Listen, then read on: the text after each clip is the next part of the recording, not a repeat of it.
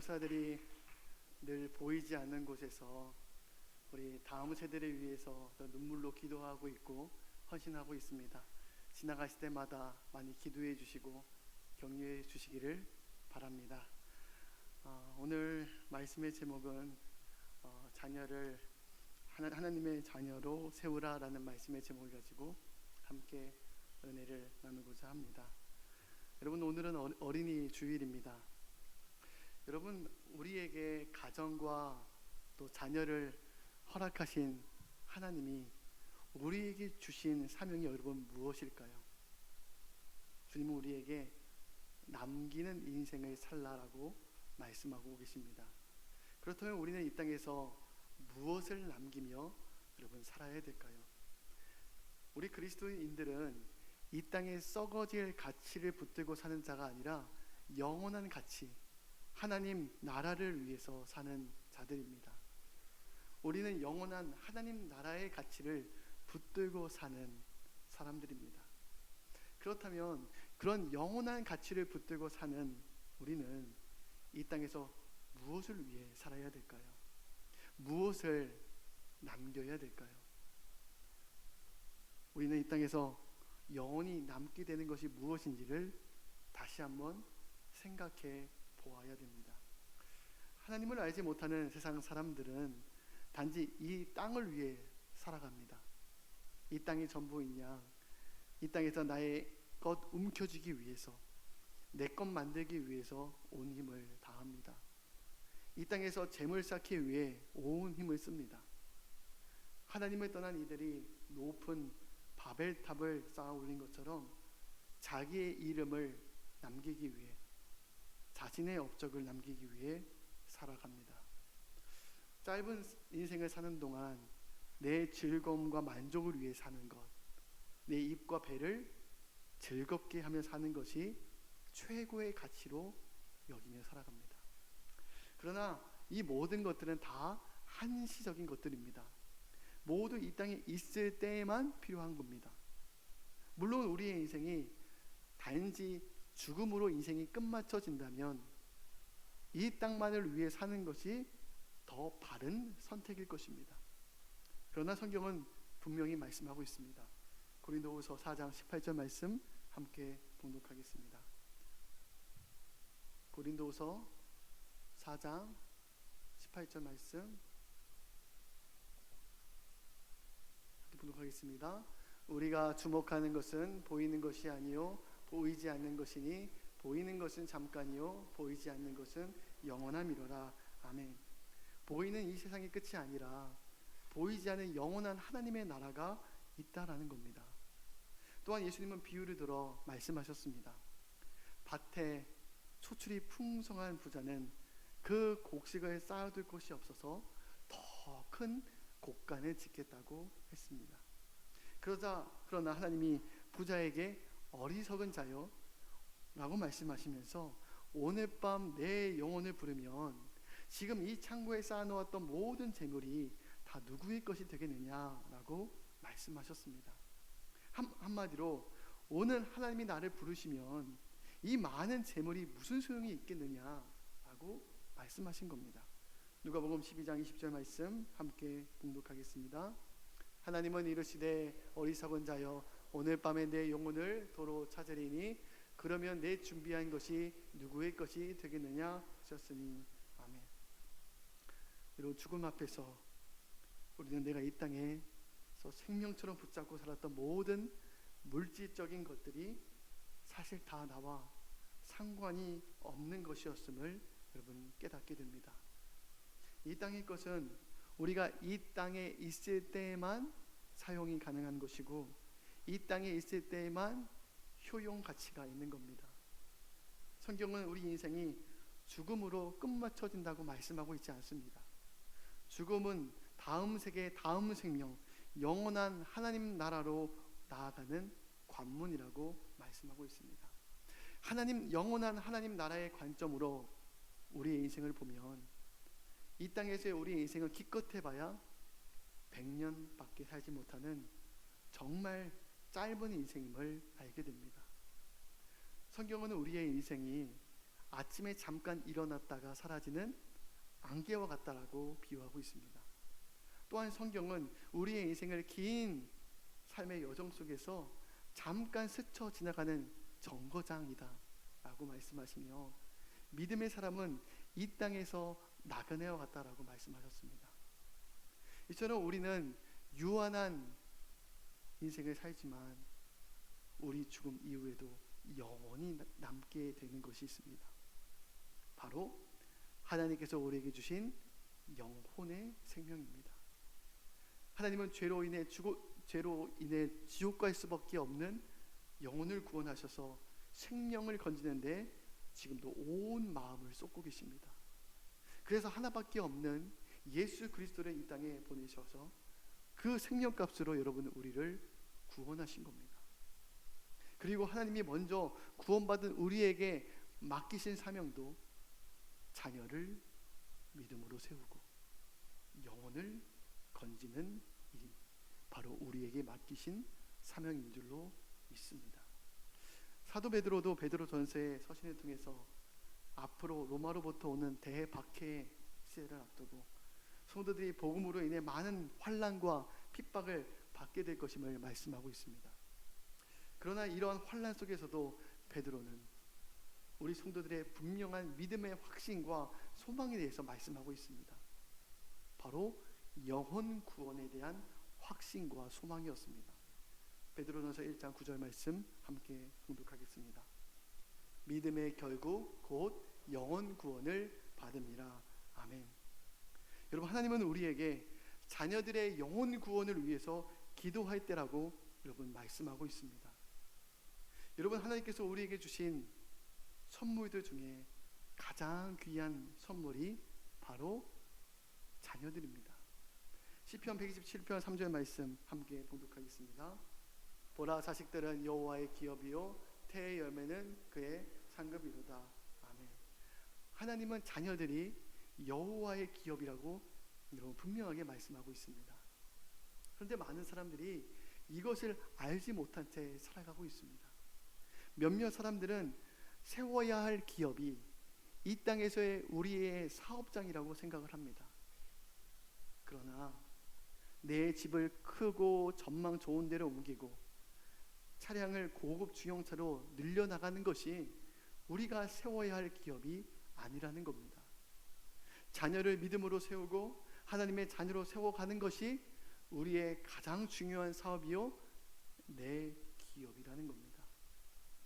그런데 정작 우리들은 돈 버는 일로, 내 사업의 일이 바쁘다는 이유로 자녀를 믿음으로 세우는 일을 뒷전으로 제쳐두고 살고 있지는 않습니다.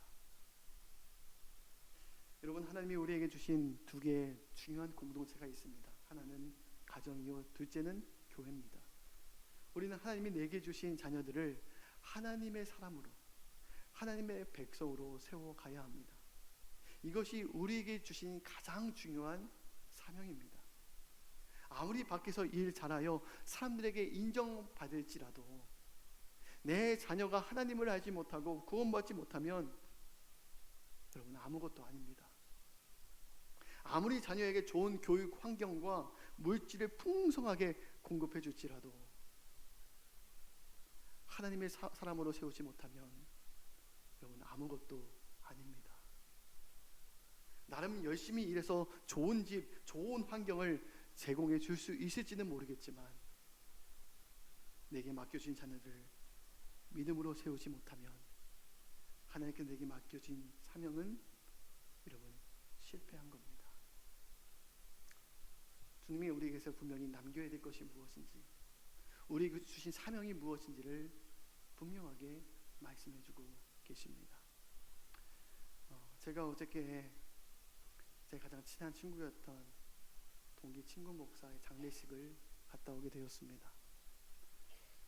지난 새벽에 교통사고로 인해서 그만 세상을 떠나고 말았습니다. 장례식장에 조문을 갔다 오는데 거기에 있는 가족들을 제가 보았습니다. 그리고 제 친구 슬아의 두 딸들.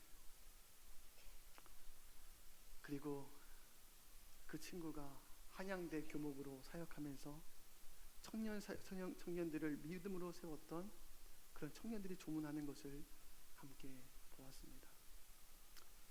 하나님의 뜻이 있으셔서 그 친구가 먼저 하나님의 부르심을 받아 천국 갔지만 이 친구에게 두 명의 믿음의 딸을 남기고 세상에 떠났구나. 그리고 한양대 교목으로 사역하면서 청년들을 믿음으로 세우고 남기는 귀한 사명을 다 잘 감당하고 세상에 떠났구나. 이런 것을 보면서 또 위로를 받고 돌아오게 되었습니다. 여러분, 오늘 요즘 젊은 부모들은 자녀들에게 좋은 인생의 경험과 추억, 안목을 넓히기 위해서 주말이나 쉬는 날마다 열심히 아이들을 데리고 여러분 야외로 혹은 해외로 나가기도 합니다.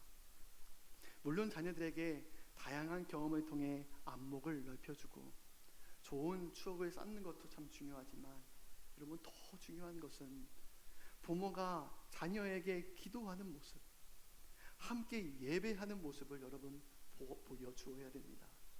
부모가 함께 신앙생활하는 추억을 쌓는 것이 여러분 더 중요합니다. 부모가 하나님을 사랑하고 하나님 중심으로 살아가는 그 신앙의 모습을 여러분 보여주어야 됩니다.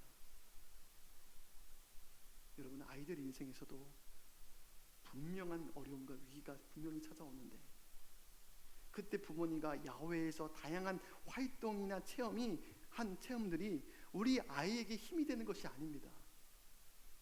부모님과 함께 엎드려 기도하는 그 생활, 하나님 앞에 나와 예배하는 그 생활과 삶을 통해서 아이들이 어려움을 이겨나가는 믿음의 힘이 생기는 겁니다.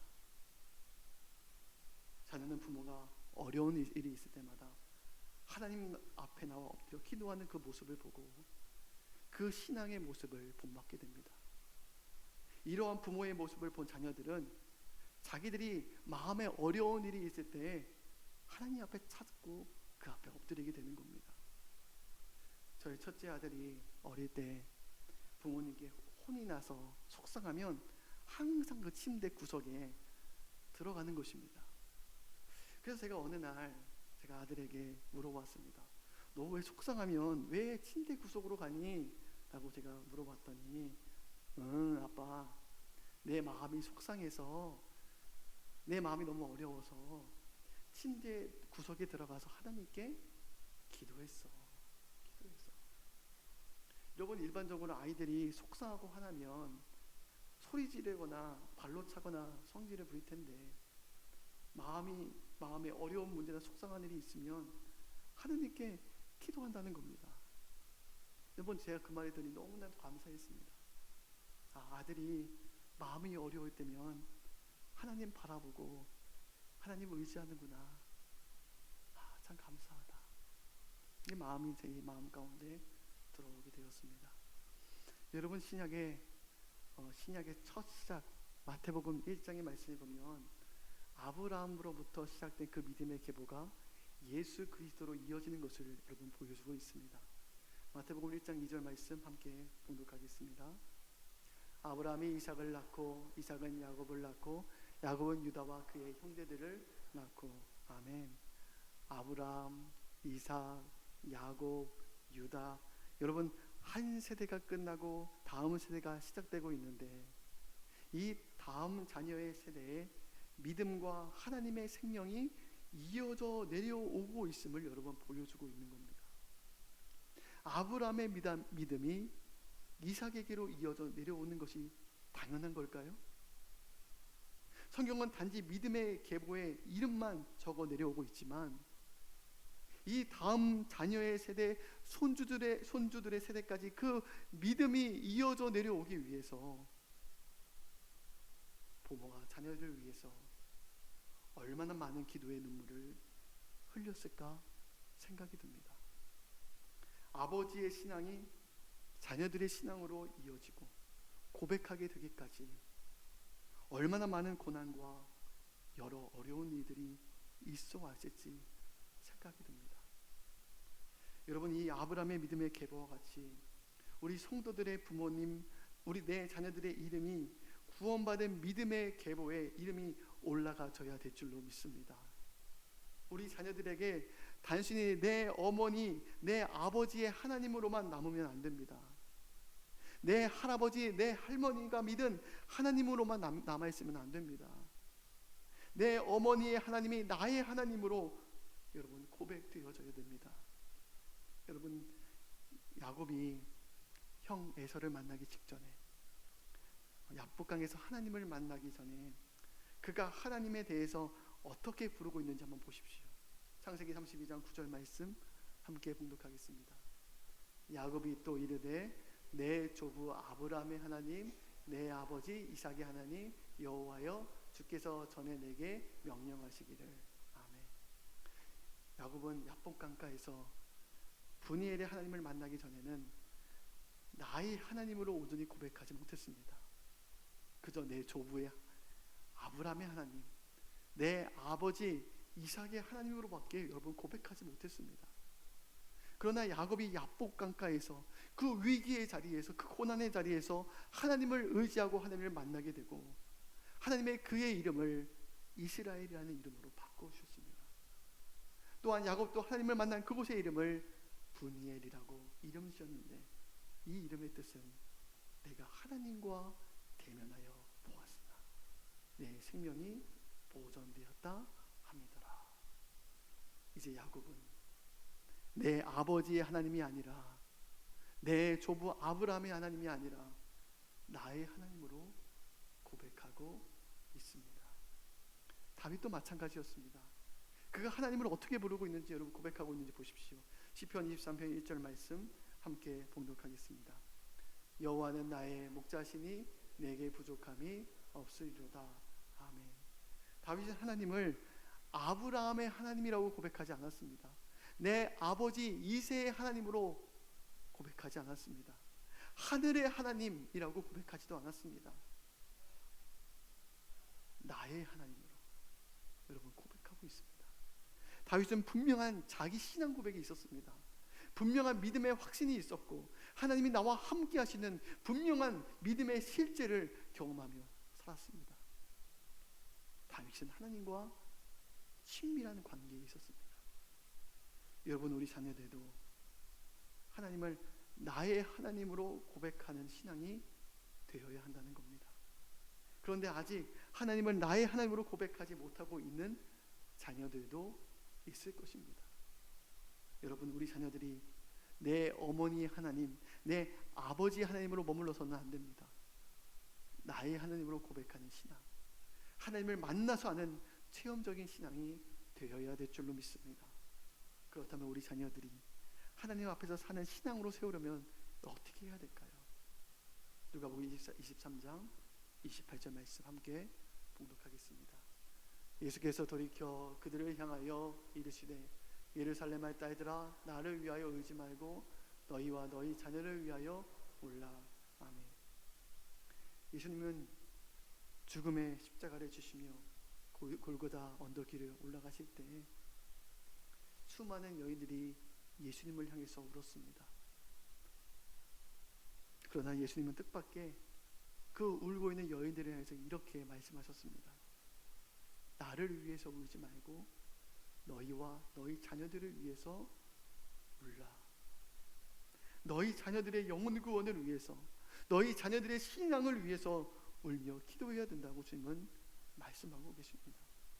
여러분 자녀들을 위해서 여러분 기도해야 될 때인 줄로 믿습니다. 여러분 날마다 자녀들을 위해서 기도하십니까?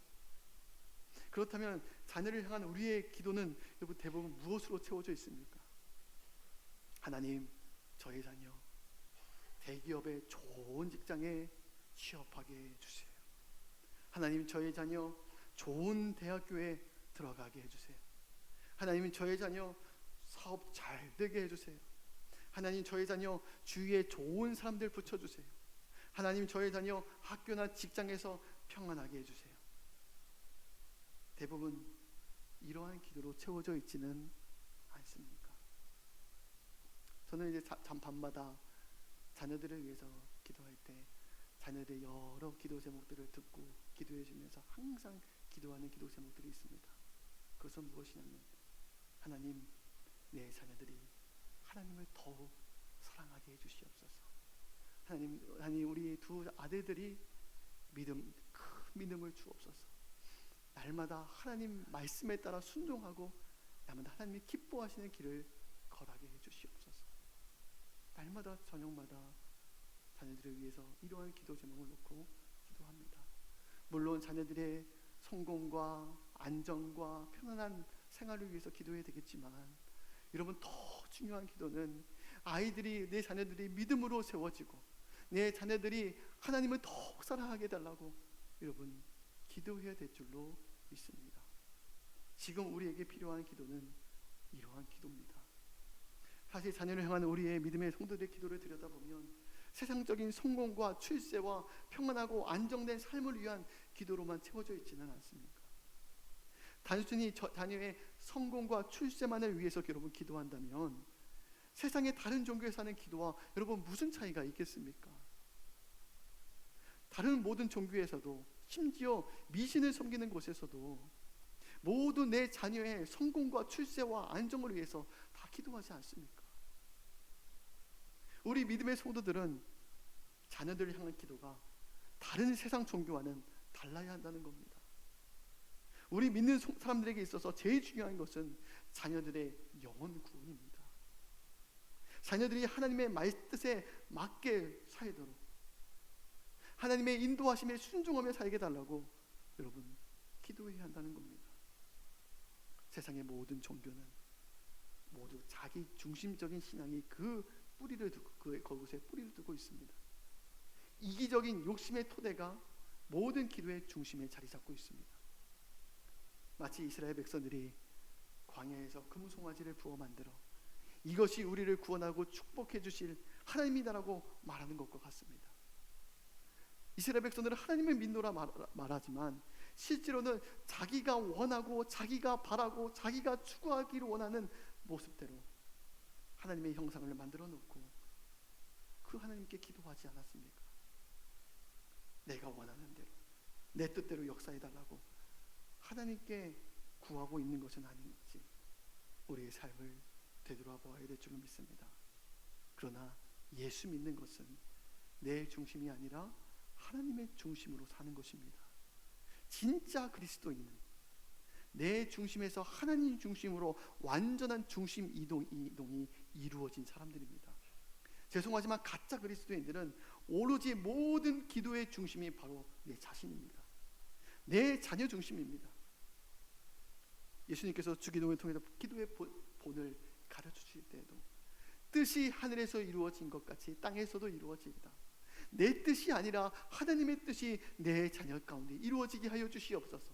자녀들이 믿음으로 세워지고 말씀으로 세워지고 하나님의 기뻐하시는 길을 걸어가게 하여 주시옵소서. 여러분, 이것을 위해서 여러분 기도해야 됩니다. 여러분, 아무리 잘 살고 아무리 호의호식하고 아무리 많은 재산을 쌓고 아무리 높은 사회적인 위치에 올라간다 할지라도 하나님을 알지 못하면 그 끝은 여러분 멸망입니다. 아무리 많은 재산을 쌓아놓았을지라도 하나님을 알지 못하면 그 모아놓은 재산을 가지고 죄를 짓는 곳에 사용할 수밖에 없습니다. 그러나 우리 자녀들이 믿음으로 세워지고 말씀으로 세워지게 되면 여러분 그들의 길이 형통하고 복을 받게 된다는 겁니다. 여러분, 십계명의 첫 번째 말씀이 무엇입니까? 하나님을 사랑하고 하나님을 경외하는 것입니다. 그리고 사람들 사이에서 제일 첫째 된 계명이 무엇입니까? 내 부모를 공경하는 것입니다. 여러분, 자녀들이 믿음으로 정말 하나님 말씀으로 세워지고 자녀들이 정말 하나님을 경외하는 자의 삶을 살아가게 되면 자연스럽게 육신의 부모를 공경할 수밖에 없다는 겁니다. 그러나 아무리 여러분 자녀들을 위해서 물질적인 투자를 하고 성공을 위해서 많은 헌신을 한다 할지라도 하나님 아버지를 경외하지 않는 자녀들은 육신의 부모를 경외하지 못합니다. 우리도 이 말씀을 우리가 묵상하면서 우리가 정말 이 땅에서 남겨야 될 것이 무엇인지를 다시 한번 믿음으로 돌아보시기를 바랍니다. 하나님께서 우리에게 주신 사명은 내 자녀를 믿음으로 세워라. 내게 맡겨주신 우리 교회 학교 우리 아이들을 믿음으로 세우고 말씀으로 세우고 하나님을 만나는 인생이 되게 하도록 온 힘을 다해야 될 줄로 믿습니다. 오늘도 우리가 다시 이 기도의 끈을 놓치고 살았다면 다시 이 기도를 회복하기를 원합니다. 내 자녀들의 육신적인 모든 필요를 위한 기도로 채워져 있는 기도가 아니라 내 자녀들의 영혼을 위해서, 내 자녀들이 정말 하나님 앞에 바른 믿음으로 세워질 수 있도록, 정말 하나님을 사랑하고 하나님을 경외하는 신앙으로 세워질 수 있도록,